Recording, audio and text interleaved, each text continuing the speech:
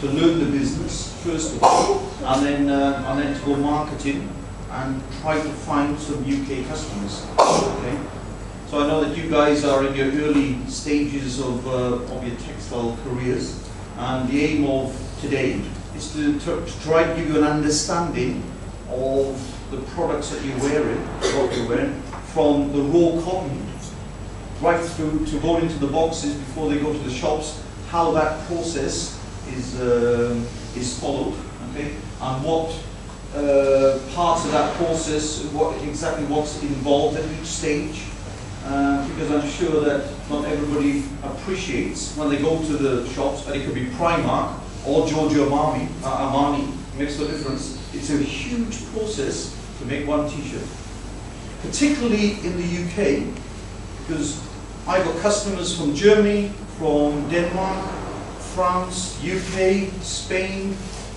Italy, America, so I work with a lot of customers.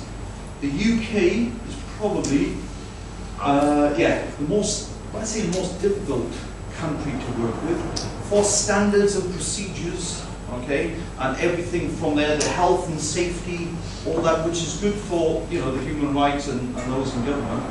It makes our lives very difficult, okay, but I'll also explain that process today very, very shortly of how, you know, factory selection, sort of type of thing.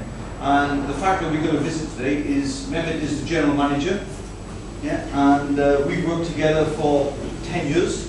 Yeah. In fact, since I come into this business, he was one of my the first factories that I worked with for mother care, production, children's wear, leggings and all the rest of it. So we know each other very well. And Tekspo is one of the few factories left in Turkey that has got the process, or left in Istanbul in any way, has got the process from raw cotton to finished product. You know, in China and in Bangladesh and India and all these countries, I mean, you've got huge factories with thousands of people working, because the labor is so cheap there, and that's why people are migrating further and further east. And that's how Turkey benefited from the UK. When the UK industry, around where you guys live, or where most of you live in anyway, it was a huge textile business. You know, in Manchester, Liverpool, and the Midlands, and all the rest of it. And when it got too expensive to employ people with the minimum wage and everything else, and the conditions and the health and safety and all the more policies that cost money for the factories, then they started to migrate that business offshore, and Turkey benefited a lot from that 15, 20 years ago. Now Turkey suffering a little bit, because they're now losing it all to India, and then India will lose it to Bangladesh, and one day Bangladesh will lose it to somewhere, I don't know where. One day, yeah, Africa probably, you know, in the future.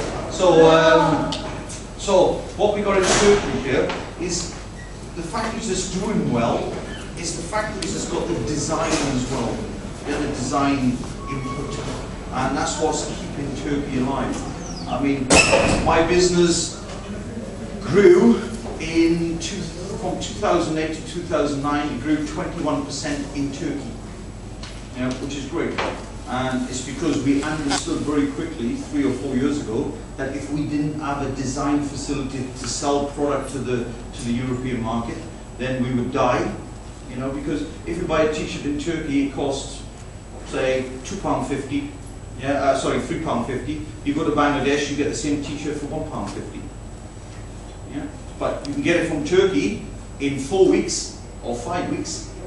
You have to wait 2 months or 3 months to get it from Bangladesh. So there's pros and cons of, and that's how the customers are looking at the global strategy.